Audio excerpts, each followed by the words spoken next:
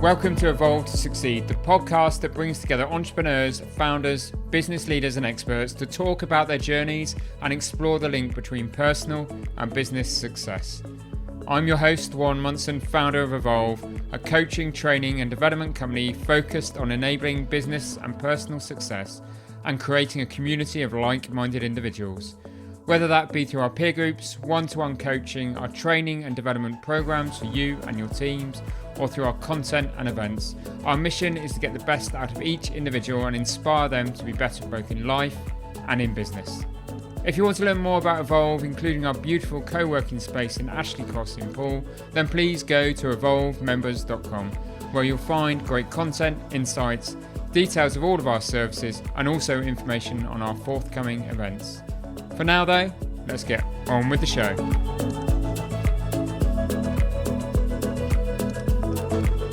This week we're hearing from Bernie Shrosbree, a world-class athlete himself and high-performance coach who has worked with an impressive list of elite performers, including Olympic gold medalists and racing drivers, including the likes of Mark Webber, rally legend Colin McRae and James Cracknell. Bernie spent 16 years as a member of the Royal Marines Special Boat Service before turning his hand at a variety of grueling endurance sports, including triathlons, cross-country skiing, as well as taking part in several Arctic races. He now has more than 30 years of experience of top-level elite competition and knows what it takes not just to get there, but more importantly, how do you stay there and perform at those levels.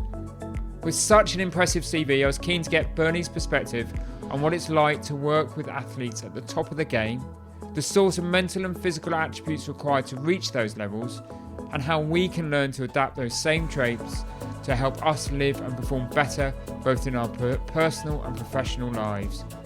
We also had a great conversation around that subject of leadership.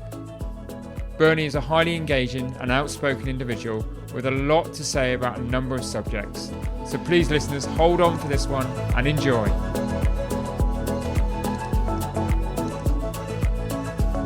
Welcome, Bernie, to the Evolve to Succeed podcast. Hello, nice to meet you. Yeah, great to have you on the podcast. Great to have you on the podcast to talk about all of your experiences as an elite athlete, as a serving member of the Royal Marines and Special Boat Service for over 16 years, but also the fact that you then went on to become high performance coach, working with leading Formula One teams, world rally car teams, and also the likes of James Cracknell. And I'm sure there's a lot that our listeners can learn from you during the course of our conversation, Bernie. So, thank you.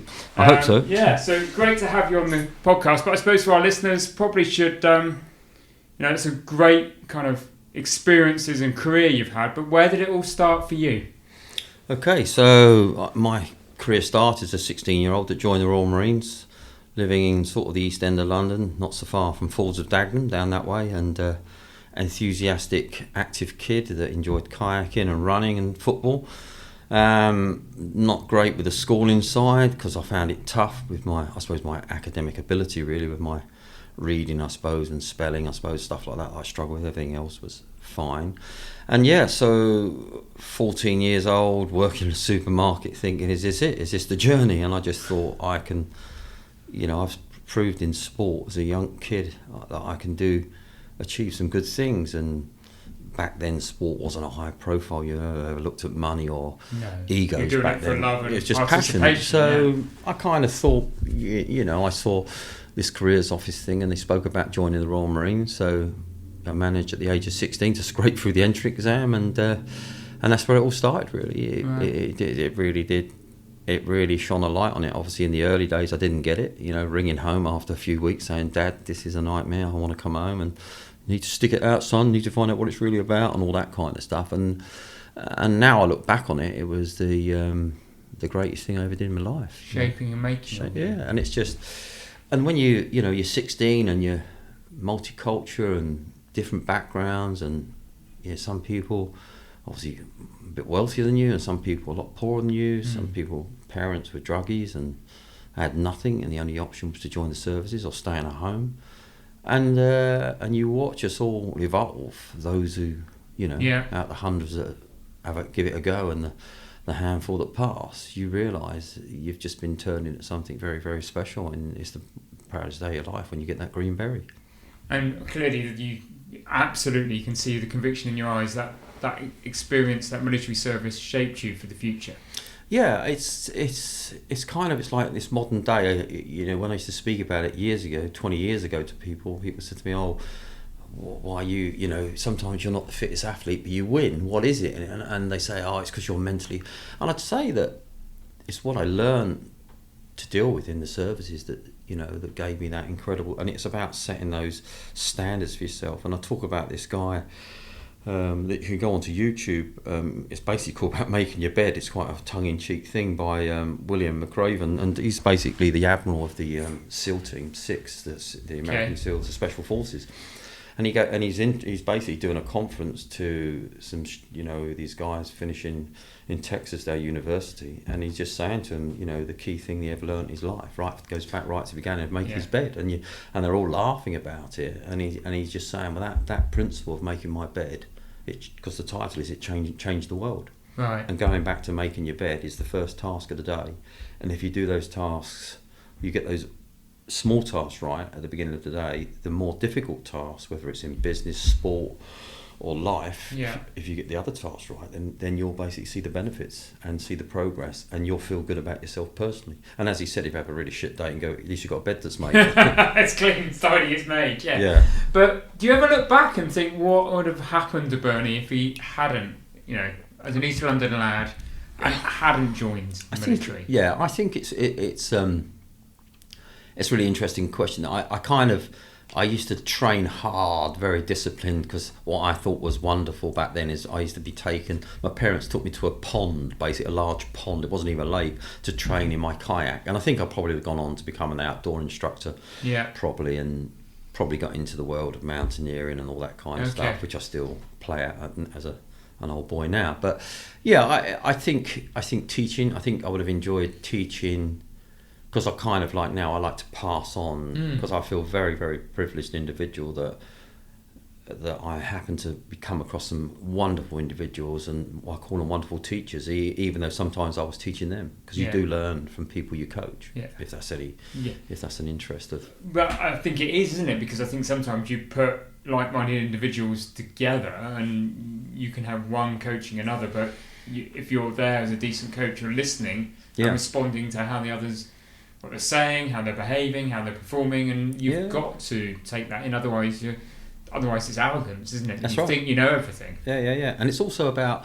when you're communicating, and it's like I said, is the coaching side of everything. Life coaching is an incredible thing, or teaching.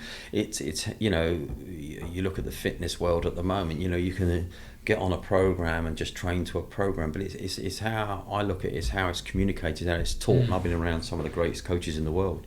I worked with Jürgen Grobler. I spent 7 years working the men's heavyweight Olympic rowing team.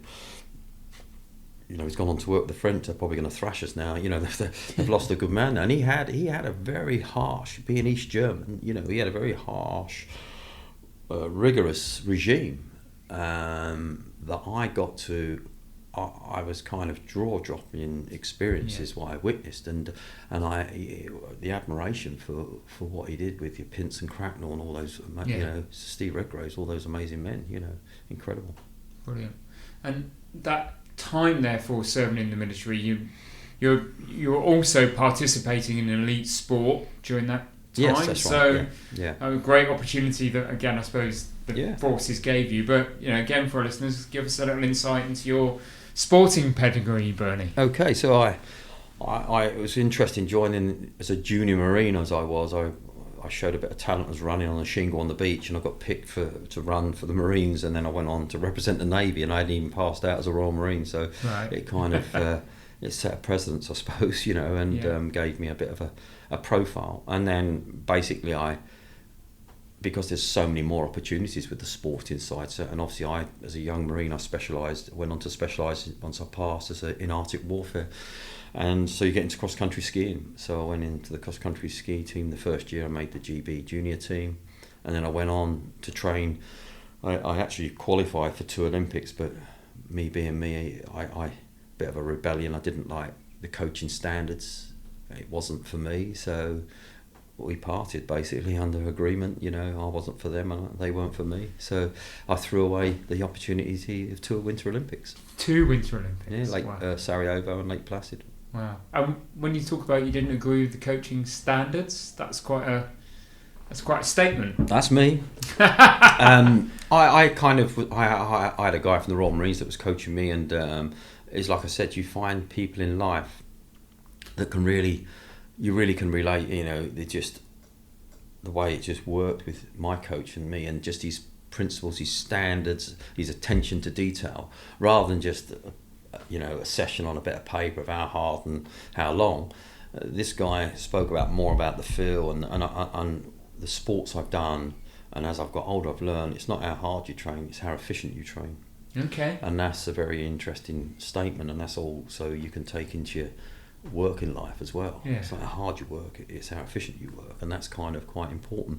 And I basically I found all those principles stripped away, and I couldn't work with it, because I can hurt as hard as the next guy. Yeah. And there's that thing in life, it's not how hard you are, it's how smart you are. And that's what racing and competing, whether it's a boxing match, a running race, cycling, it's how smart you are with where you're at with your standard. Like someone said to me, in the lab test you're not the fittest, but you won the race. Why? And that's what I said, it's about efficient smartness, thinking, not just and that's what was missing from my program, and I couldn't work with it. So big row and told them what I thought, and that didn't help. And that was it.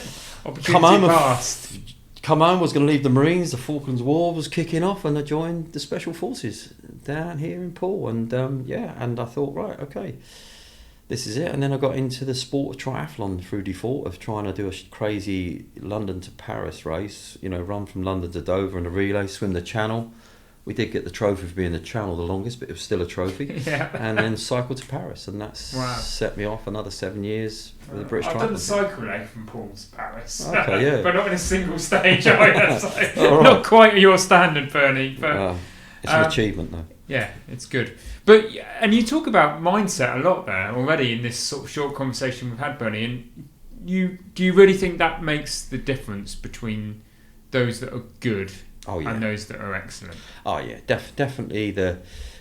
My life has been around. I've had the privilege to be around so many superior athletic people, and not just in sport, in other walks of life, in the military decisions, and it's kind of.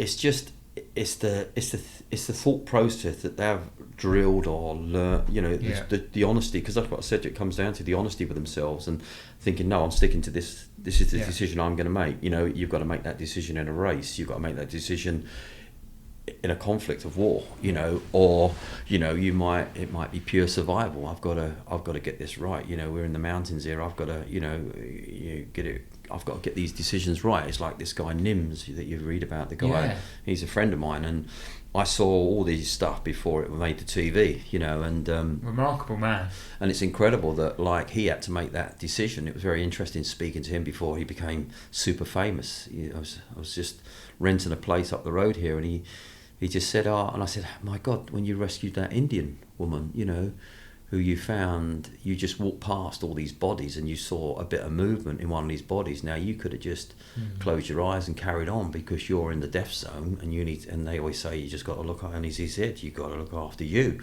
But you saw this movement, and you basically created a world record for yourself for bringing down that Indian doctor. Yeah.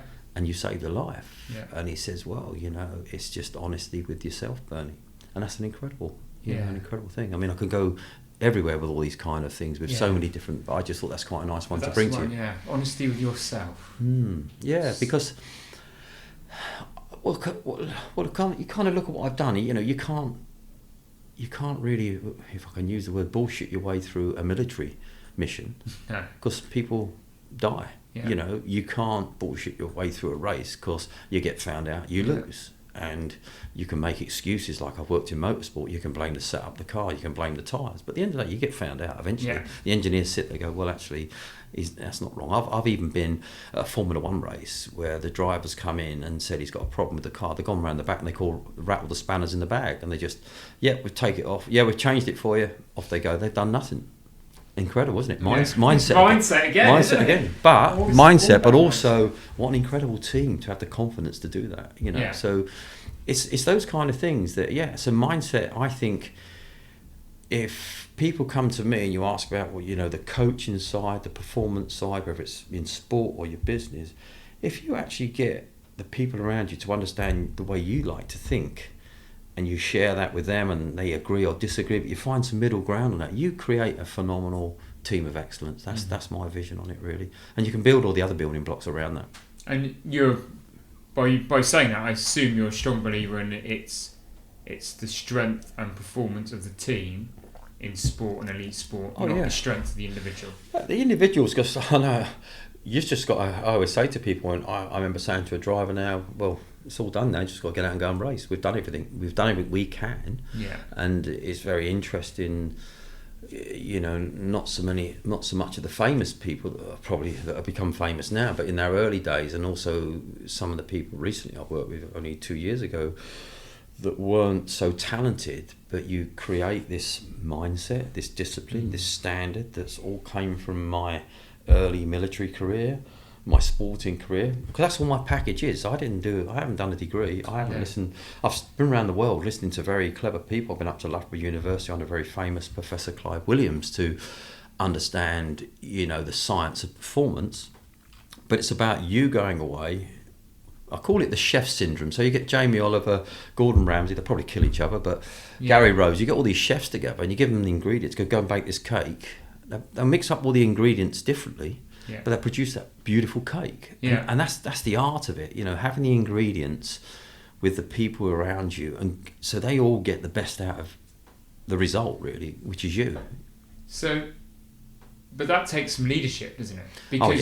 Because there is, particularly I assume when you're trying to come together around one individual, or perhaps with row as a group of individuals, and you've got the team, and how do you go about leading those people so that they all have this passion for the common goal to achieve?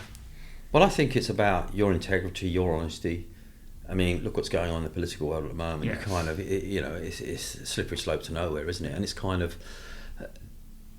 but sometimes with leadership, you can actually, you can have the support mechanism under you that's got good leadership as well, that creates your leadership. So I'm not saying, the people underneath you made you famous. I don't say that. It's like I said, there's a famous Australian guy who I got to meet, David Moffat, and he's been a CEO of Telstra, and he's gone on to, I think he had 2 jobs, one in the city in London, and he was working he was a CEO of 2 companies and one in Hong Kong. And what was interesting about David Moffat, very intense, full. I shared a hotel when we went out to Shanghai to watch Mark Webber race, because he's a fan and I was working with Mark at the time. And I shared a room with him because, and it's very interesting that he'd get up at 5 a.m. and say, hey, Bernie, try these 9 exercises. And I'm like getting out of bed, spinning on your head. And I mean, bloody hell. And I just thought, wow, you're just so, you can call it intense because I'm pretty intense. But he was so driven and motivated about filling his day. But he started his day, like I said, it goes back to making your bed kind of thing. He started his day with a task, and he wanted to achieve that task, so it set him up for the rest of the day, and that's how it started, and that's what. So leadership for me, the man at the top, the woman at the top, whatever, you've just got to have your principles, and the people underneath you is like when things are going wrong, that they look up to you with respect, that they know that you've got that back. I think that's what leadership is, really. That's the key thing, because if you make someone feel good when times are bad, that's a clever skill. And even though you at the top there are kind of toppling yourself, and it's easy to go around and point the finger and pass the buck, I think if you all get to group together and you say, well, I'm top of the tree here, this is going wrong for us. What we are going to do now is how do we make it right? And instead of pointing the finger, which goes on, what department right you? And if that department has made it wrong, then there should be a support mechanism there to bring them through. Because that's how it works in my world. Definitely. If someone's gone wrong and someone's got injured in a military sort of situation, you cocked up. It's just that's what's happened. Yeah. Let's deal with it. Let's not just blame people. Let's get on and deal with it. Yeah, I mean, need 2 small businesses, but I definitely feel like it's how I show up that really counts. How I show up in good times is easy. Yeah. It's how when you show up when there's a challenge. Yeah.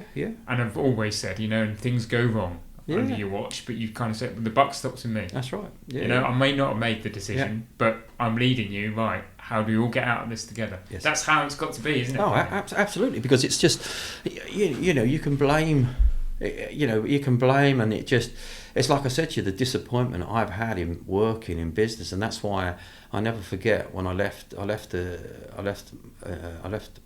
the Commonwealth Games, which was demonstration sport for triathlon in 1990. And in 91, my birthday, January, I left the Royal Marines. My wife was pregnant with my son, and it was like, right, I've got to make a decision here. So I ended up working for a gym in Bournemouth somewhere, and after I think it was about 7 or 8 months, it was the biggest disappointment in my life. You imagine you've just been to the Commonwealth Games, you've been one of the best in the world at adventure sports, triathlon, and all that. And I'm not saying about, my ego, you should respect me, but I went to do a job and I wanted to do it well, and I realised this guy it was about what we could get away with. And I remember him saying to me, can you stay on an extra couple of hours? I said, well, it's New Year's Eve. And I basically passed him this broom. I said, no, you can stick that. and I said to him, this is the best thing I've learned about you is I'll never work for anybody else again. I'll work for myself. And I did. From 1991 I worked for Bernie Shrosbree under different names, but basically that was it. I marketed Bernie Shrosbree. And is that that's clearly because of your own principles and morals and way of wanting to approach work? Because the great thing about that is, yes, I was employed by teams. The great working for the ProDrive Subaru World Rally team for Colin McRae. It was fantastic teams, and then I crept into the world of Formula One, which, believe it or not, was good in my early days, but just the recent high-end team I worked for, I was really disappointed. It's quite surprising.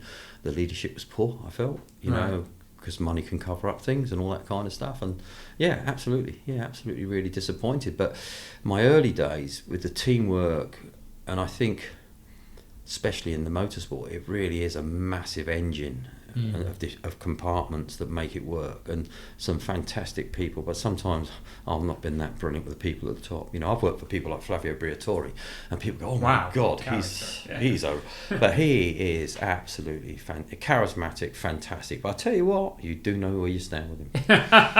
We're starting to get the theme that's the kind of character you like. Well, yeah, because it's there, isn't it? It's not an agenda where someone's going to come in and say, "Oh, so and so said he's not happy with you. He wants you to move on." And where's that come from? Oh, okay. Oh, why is that? Have I outsmarted him? It's that kind of. It's that kind of. That's how you feel. I think, well, hang on, I haven't done nothing wrong here. I just think all I've done is a very good job here, and you don't like it. So I struggled with that. I always have done, but then I've walked away and. I mean, a tongue-in-cheek comment, people just say, "Oh, well, that's business." That's what they say to me. "I just shot you." Is that the same? No, it's not, is it? You know what I mean? It's just... So have you struggled, you think, to find the rhythm after being in the military? And you've had some great successes, so perhaps this is a harsh question, but do you think you've struggled in the civilian world, having been, in the elite forces and, at that level of competitive sport, to find your way? I think I've been disappointed, but I've also been very surprised that things that I didn't feel were going to end up turning out that great have been fantastic. So it's a hard one. I mean, you never know until you take... I mean, that's why it's like for yourself. You never know until you bring on that person into your team, or you never know until you take on that task you've been given. So, so I've always learned not to be too harsh to comment on things, and the same as you should with people. And that's a really interesting point about people, because I never forget, I remember talking to you about that, I got involved with Chase Manhattan, looking at, basically back years and years ago, I was looking at management going into vice principals, and it was kind of a team building exercise and just outdoor stuff, and they're kind of good and they're not sort of thing, but they are, if they're not taken too seriously. But I think there are some good comments, and I never forget that I set some tasks, and I thought to myself, we've got senior people here, and there was kind of certain people that wanted to be important. I'm trying to say that are kind of the, I'm in charge. Every day I'm important. But then I'll never forget one lad. I gave a task, and it was quite you had to think out the box. It took that kind of mind to think out the box to work out this map clue that I'd done. And I thought it'd take 40 minutes. Anyway, within 3 minutes, my friend who was helping at the time was a barrister. He goes, he's just said it. I goes, what? He goes, he's just said the answer. I said, but the great thing for me, no one else listened to him. So they fouled, because after 40 minutes, they fouled. My friend said to this guy, can you stand up? Can you just tell him what the answer was? And he said, well, I thought it was this. And I said, that's the answer. And you see their faces, because the difference to that was a meal in a pub or a military ration. So they got a military ration. So there, so there you go. Listen to your team. Listen to your team. Listen to what's said around you. Yeah, but so many leaders, I suppose you've alluded to it. The fast at number 10 at the moment is poor leadership, but it's it's trying to protect one individual, and they're not listening to the people around them, aren't they? That's right. No, that's the same. It's the same thing. Same principles. But that's bottom line of that is I've seen it before in life that a good man but not a good leader. And that's the outcome. That's going to be the outcome of that. Yeah. There's only so much you can get away with that. And do you think it's one of those old adage and questions, isn't it? Is good leaders are born or made? That's an interesting one. So born. So you can't. Are you born a good leader? Well, I don't kind of get that personally. But what I do get is you can be born into. Mm-hmm. So that means your upbringing. Yeah. Where does it start with? Respect. Yeah. Manners. All those basic principles you try and teach your children, however hard it gets. But you try and teach them. Even from my hard upbringing, we were taught manners and respect. Yeah. Values and all those kind of things. So that's so important. So that's what comes with that. Can they be made? I think basically you can give them the tools and the ingredients. Yeah. It's whether they can run with them. And that comes down to you, the individual, with your self-discipline, your morals and standards, basically. So I think you don't just suddenly jump out of a box and you're a great leader. It's your, because you can be, some people think they're a good leader because they overtalk everybody and they're in charge. Great. Okay. But can you function and can you, especially in the world I work in, whether it's a harsh adventure race where there's a team of you and you haven't slept for 5 days and you're trying to win a competition and all 4 of you are in a bad way and you don't feel great and you keep making errors. It's about where's the leadership come from now? Where does the leader, or it could be a military situation in Arctic Norway somewhere or in the desert somewhere where things have gone wrong. Where is the leadership in that? That you can just have a go at each other. Well, what it should be about is, right, this is where the situation is. This is where we're at. This is what we've got to do to achieve the goal. And it's about bringing the positives into this. That's what leadership's all about. It's just when the nose to the grindstone and things are not great, it's someone who can just give you that. It might only be the small micro lift up, but that sometimes is incredible in tough times. And I've seen that in sport and I've seen it in a military situation. So that for me, so you can create leadership, as in like you can take 30 people and say you're destined to be a great leader, but maybe 2 will actually go on. You teach the principles, aren't you? And everybody becomes a better leader as a result. But there's probably a bit about that, as you said, that's a good point about your upbringing and your inner values, or not necessarily your upbringing, but the values that you hold true in life. Exactly. Your moral compass. Your moral compass. But the thing is that question is kind of like, so some people might be used to poor leadership all their life. They might have worked in a corporate world where it's all about, but then suddenly you do find yourself in a situation where you are working for someone. Now that usually embraces you to go on. I want to be like that. I've had that to me happen many a time. I thought, wow, I really want to be. Wow, I really want to put this across. I want to be like that. And and that's what it's about, really. So a kind of, you can embrace it and be it. But I don't think you're suddenly born a leader, and I don't think you can go away and spend 4 years studying to be a leader. Because I've seen it with the corporate world. The people I've been under have still got those places they go back to where they just can't. They're just self-made, their discipline or their makeup just can't bring that to the table. Brilliant. What I call good leadership. Now, we're all equal in leadership at different levels. Yeah. Okay. So let's talk about some of the individuals that you've worked with. So you've worked with Jenson Button, Colin McRae, James Cracknell. I mean, the list goes on to these names that we all recognise as being, wonderful, elite sports people. Yeah. What characteristics have you noticed perhaps in such individuals that perhaps makes them rise to the top and stay there? That's an interesting one, isn't it? So I think it's interesting when you meet these guys, and whether it's James or let's use Webber for example, James and Webber. When I meet these guys, you're in admiration for that absolutely commitment to their goal. They want to win. Yeah. I remember Webber when he was in Formula 3000, and he had his last race at Monaco. And he just wanted to see me before the last race. Now, there's nothing I could bring to it. Was just, believe it or not, sometimes just reassurance, just. Okay. Because these guys, are hard and tough, whether it's a boxer going into the ring or whatever, a guy or a girl, either or whatever, is we all suffer that. Think, oh wow, this is it now. I've got to make it happen. And the characteristics that they bring is kind of like, I think, their self-belief in them, their dedication, their self-dedication to that, and just basically, the best thing, I think, the most important thing, which is for everybody out there, is absolutely dealing with failure, because you don't just suddenly win. No, it's about the journey. You look at the journey of all these guys, and like I said, one of the most interesting part of my life is 7 years with the men's heavyweight Olympic rowing, and watching that harsh regime to make it because I'll never forget a fantastic brief by Jürgen Grobel on my birthday, the 3rd of January, when he says, "Okay, men, here we are, altitude camp, a new season, a new Olympic year. The bar needs to be raised, otherwise we will be beaten. There are 26 of you and 14 seats. Good luck."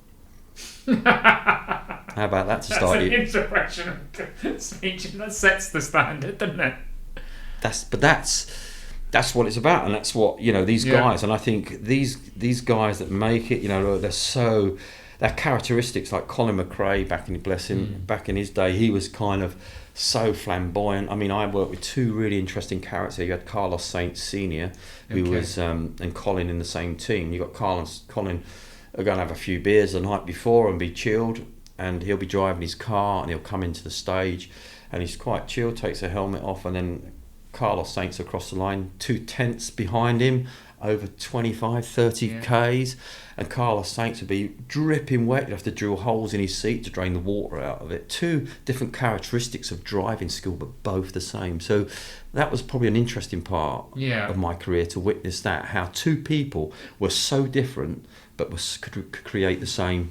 In performance terms, are so close. Yeah. So, but their characteristics were so different. Carlos would sit all night looking at every detail of the car. Colin was just this, like I said, he knew what was right. He was one of these guys that went on feel. He could feel this is right. He'll get in the car and he'll drive. He'll come back and go, "Hey guys, get this. This is not right. I want that done, and that." And then he'll drive it and he'll come on the road. Very good. That's all he would say.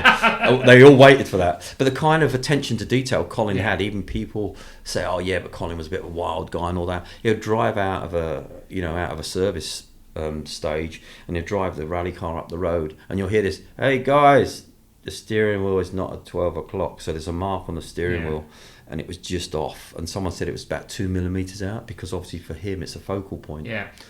So that's the attention to detail. Wow. So that's a characteristic. Yeah. But attention to detail. But he'll do it that in a relaxed kind of fashion as well, whereas you've got others that are very kind of focused, they know about every detail. But, But failure is quite an interesting one. I just want to pick up on something you said a couple of minutes ago about how people deal with failure, because in life, in business, in whatever we do, we're going to fail, aren't we? Yeah. So those that succeed, how do they... clearly they deal with failure better. Yes. But how do they deal with failure better? I just think it comes back to being honest with yourself about, why did I fail? Look at, why did I fail? Why did I get this wrong? Why have I got this wrong? Or why am I not getting this right? And I think if you can strip it back and just make some notes about, right, this is, whether it's an athlete, whether it's a work achievement goal. I mean, I know if you set the exams, I'm going to fail. I'm going to struggle in the exams. I'll have to go the extra mile to pass exams, because I just, my brain just doesn't, But the deliverables...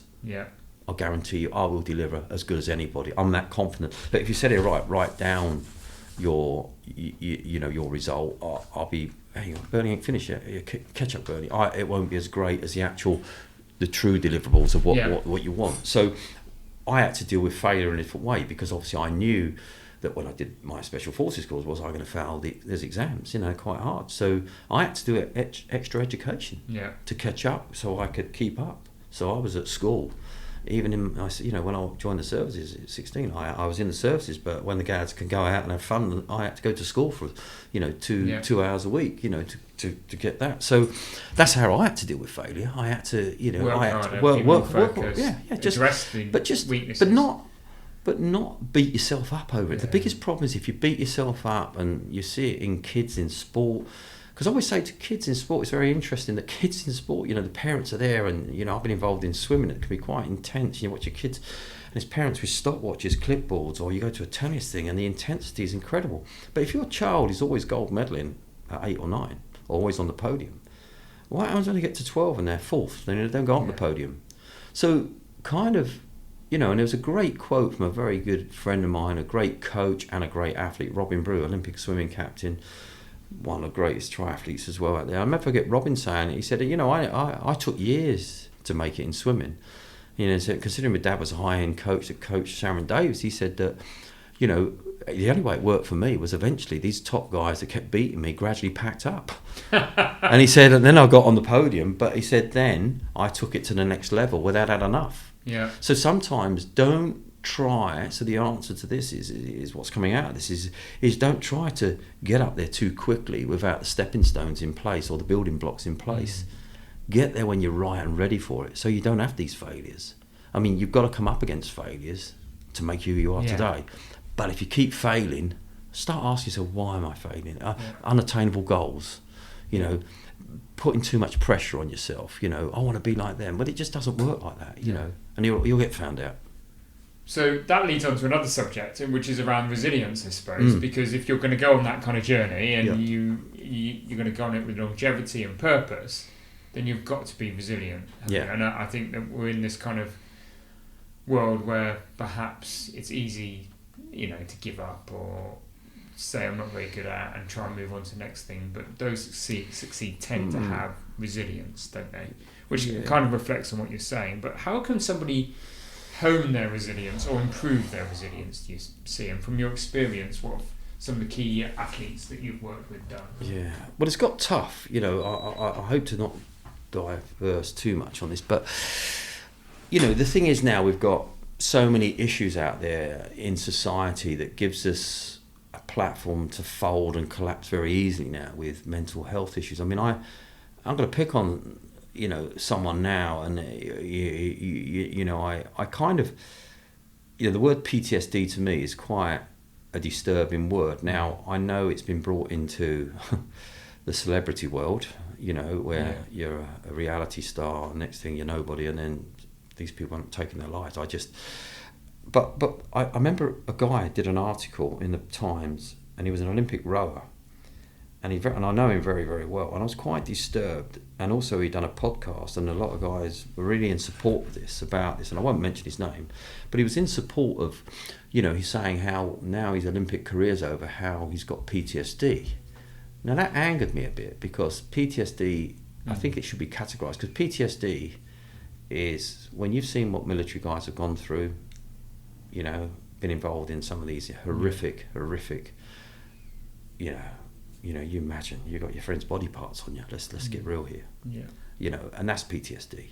You go home to see his wife, and you've lived through that. That's a lot. Some of the men and women that have gone through these horrors, and you start categorising. You talk about resilience. How do these guys get up? And I've met some incredible people, really incredible people, so driven by that, because they want to end their life, drink themselves stupid, end it all tomorrow, whatever. Or get violent. They just anger at the world. So, kind of, you've got to be careful with. HR must be a nightmare now, because, if someone come and work for me, I'm not going to be rude here, but if you're not looking after yourself, I'm not saying you've got to be built like Arnold Schwarzenegger or some beauty queen to come and work for Bernie Shrosbree, but I want you to have something. I want you to. It goes back to the William McRaven's thing, where your task starts in the day. What do you do? Do you just roll out of bed and turn up to work and hope you get yourself through the day? That's the kind of thing I worry about when you talk about these resilience. Is it comes back to it's an easy cop out today. It's an easy cop out. I failed at work. Well, I've got issues at home now. I'm sure everybody has. I'm not being harsh on these people. Yeah. There's some people who have got some really harsh things, and I remember. I did a presentation to the the NHS department up in Birmingham, and there was a nurse there, and I was talking about all these kind of things. And what I didn't take on board is when I saw her afterwards, she came up, I remember she cried and just said, "Do you know, I just about can pay to live."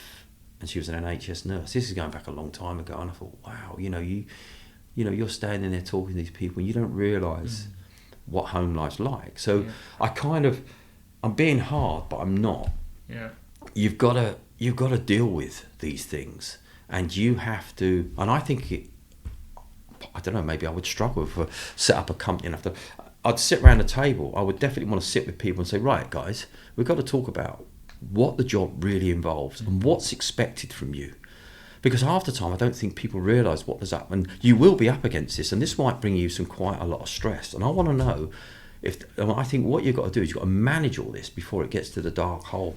But that's about being upfront, isn't it? Absolutely. It's a great point, Bernie. Absolutely. So many of us, in business, in life, when we try challenges, we're not realistic about what it's going to take to achieve success. Yeah. And also you may realise, this is where the leadership comes in, that the person or the persons that you've given a task, that they've realised it's a bit beyond them.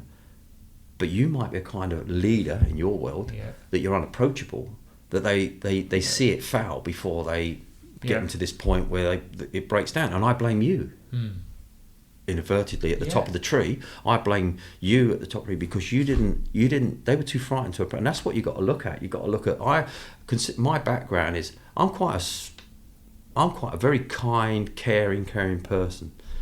But I don't do grey, I'm afraid. I do the black and I do the white. And I'll have you all worked out very, very quickly, because that's one skill I have got. But what I will do is I'll guarantee you that if you're struggling on something, I will throw a team of people you to make sure you lift up and you're floating like the rest of the team. Yeah. That's probably the best thing I can give you, because I've seen that happen. And I've seen guys on Special Forces course that I thought, my God, he's really in a dark place. And sometimes it's a small nugget that can lift them. And they actually have gone on to become incredible. Yeah. I'll give you an interesting story. I was on my parachute course, and the SAS and we used to do the same parachute course together. And I bumped into these two Scottish lads, both Scots guys, just past the SAS. And one of them was just having a few beers, giggling, laughing, jokes. I thought, and I said to his mate, I said, this guy, he's incredible. He's just a personality. He's always got the wit, the humour. Yeah. He says, Bernie, you never know where he come from. I said, his parents were alcoholic druggies. He used to turn up at school with no shoes on sometimes. He ran away from home, went into a home, he joined the Scots Guards, and he went on to become a very, very senior officer in the SAS. So you talk about resilience, drive, passion, go get. If you've got a little bit of that and you've got a team behind you, look what you can create. Yeah. That's how I look at things. So I used to be, I'm terrible. I look back at some of the things I've said. I remember doing a presentation talking about performance sport, and someone's question, hello, what's your question, please? Take the mic. How'd you breathe? And I laughed at him. And afterwards, he come up to me in tears and said, you really, really embarrassed me, Bernie. And I realised I was putting it blunt, a bit of a cocky little shit, because I was up there as a top athlete. And what do you mean, how'd you breathe? And then when I got to afterwards, I said, doing that caring thing, I thought, I felt bad. Yeah. I said, you recognise what you've done. Yeah, I'd done wrong. I said, I said I was really rude there. I apologise. What do you mean? Let's talk about this. Let's get in contact, and I'm going to sort this out for you. He said, well, it's in the swimming, and sometimes, when I get nervous, and I thought, oh wow, this guy suffers from anxiety basically, and I never clocked it. So I've learnt myself about failure and doing things wrong, because if I didn't have rectified that, he could have gone away for the rest of his life and thought, I met that Bernie Shrosbree, my God, being pumped on people think that anyway. But hey, do I care? But do you know what I'm trying to say? I wanted to put that right. And that's what you've got to be able to do Yeah. with leadership and who you are. When people are looking up to you, you've got to make sure you can give your best. Yeah. And there was a mistake I made. At least I put my hand up. So, you alluded to earlier, again, you're in your early 60s now, Bernie. What continues to drive you? Because I can see what drove you early in life, but what drives you now? Well, someone said to me, Shrosbree, you still competing? I says, no, I participate, but at a bloody high level. So I love what I do. Right. It was never been about money. It's about passion. It's about, I love, I've got a camper van now out the front. I love the escapism. I think escapism is priceless. And you look at a lot of the mindfulness at the moment. I've been doing it all my life. If you look at my logo, I've got, which is a guy done from my jacket. I'm sorry about doing this while we're talking because no one can see it. But that water over rock is a logo. Now, water over rock goes back to, let's go back to Bernie when I was 13, when a teacher took me to Simmons Yacht in Wales, in Herefordshire, to kayak, and that changed my life. That's when I found out who I was at 13, because I got in the white water at 13 and found I was very good at it. I found something I was good at. I wasn't good at doing the English exam, and I wasn't good at doing, I was good at the basic maths and geography, but I was very poor at English and reading. I turned down being a prefect at school because I was asked to read the Bible in front of the school because I knew I'd struggle to read. So there you go. Yeah. There's the cards on the table. But water over rock, I believed, and this is what you'll do with what drives you, is I believe that when the water went over the rock as a little kid, it's pure, and the rock was hard and strong, and they gave me the two things I needed to succeed where I am today. Wow. And it still drives you to this day. Still drives me to this day. So, one of the things that is worth talking to you about, because you've been a performance coach, fitness coach to all of these wonderful sports people that the listeners and I would look up to, particularly the likes of the Colin McRaes, the Mark Webbers of this world. If somebody is just thinking, look, I want to improve my physical performance, my physical well-being, where should they really start? That's interesting. It's funny. You walked in, I'm texting away to a guy who's a very, very senior person in one of the biggest banks in the world, and I'm texting him and he's in Hong Kong. Right. Sorry, New York. Okay. Sorry, he's in New York. Yeah. And I'm no money involved. He's just asked. He wanted, whereas if I was to talk about where he is in the world, he's probably top 5 in one of the biggest banks in the world. Yeah. And he's asking me some very, very basic questions. And I'll say the same thing. Is the most important thing is very short, like your business, short attainable goals. You don't want to sit here and say, right, we're going to go and buy we're going to have offices in the Gherkin, and hopefully we're going to get this, because you won't get it and you'll fail, and it will be a high, it'll be a break. That's like saying, well, what I'm going to do is I'm going to run a marathon next year, and you've struggled to run 3K. Now you may be able to get there, but what you should do is find out, most importantly, what you enjoy.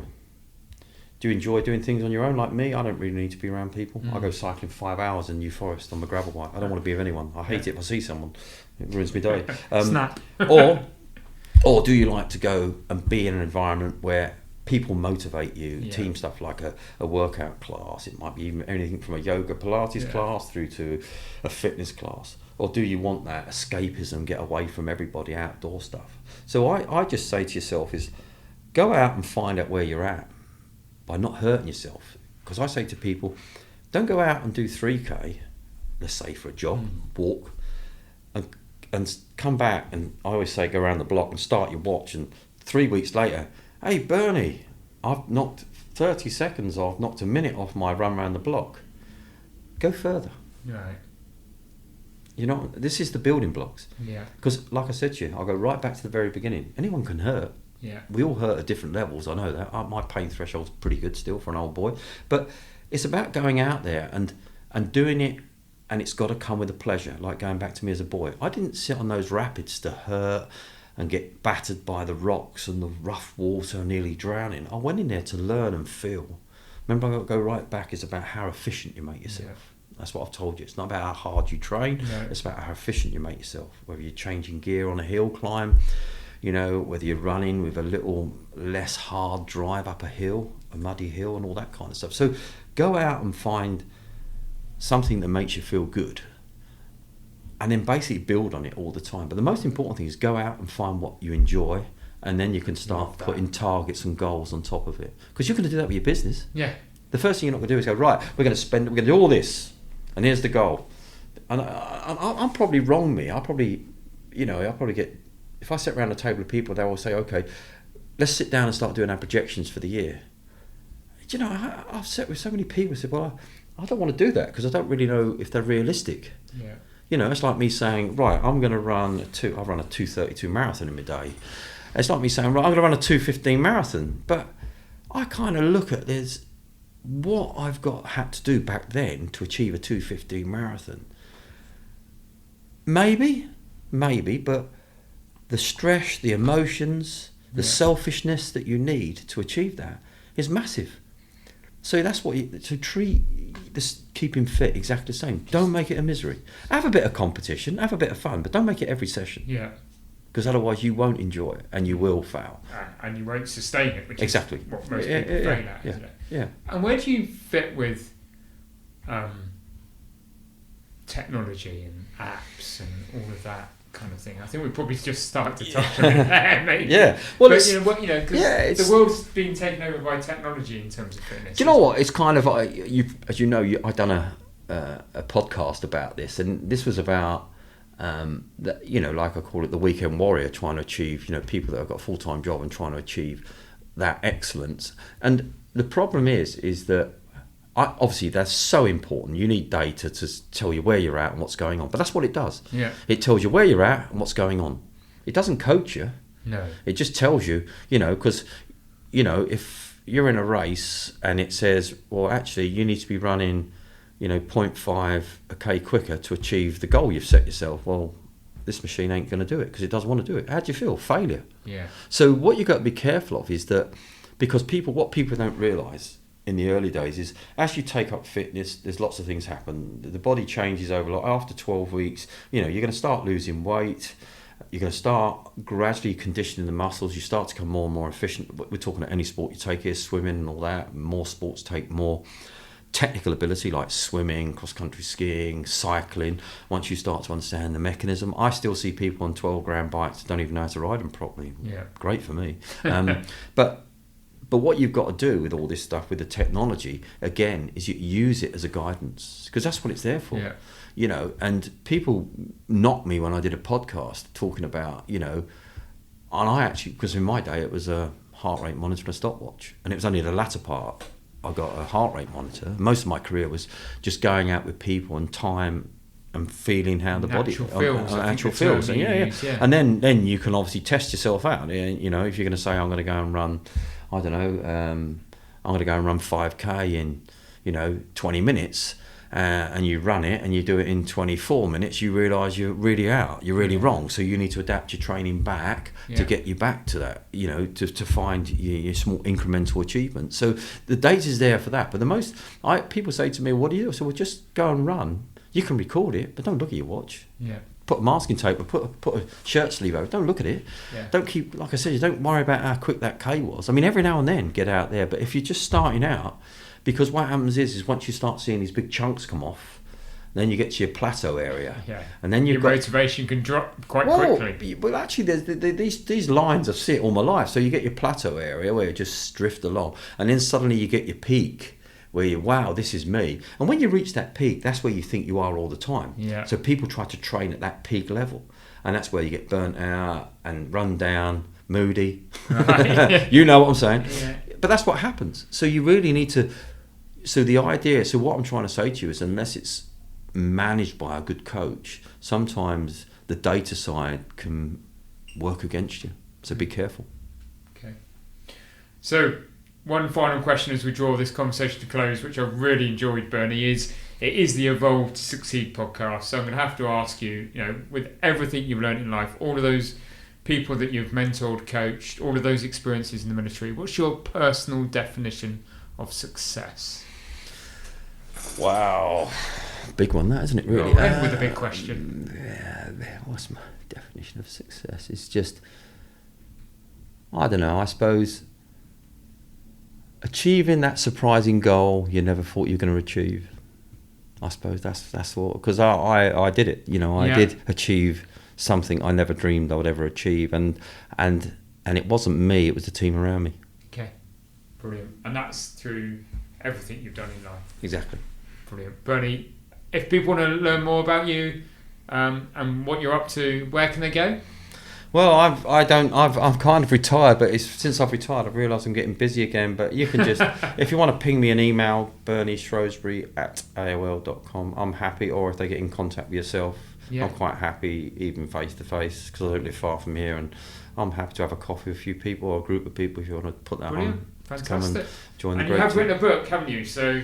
But yeah, it goes back a long way. It's 2004. I think Mark Webber looks about 11 in it. So yeah, it's called Inspired. It was done for the motorsport. It was like a general fitness book for the city. But a lot of people said they liked the beginning about how my life started off as a young lad and my achievements through the years, all the sports and what drove me. You know, the outdoor, the elements, and all that stuff. So yeah. Yeah, I'm going to go and grab a copy of it off Amazon myself. So Bernie, thank you. Thank you very much for being a great guest. Thank you very much. Thank you.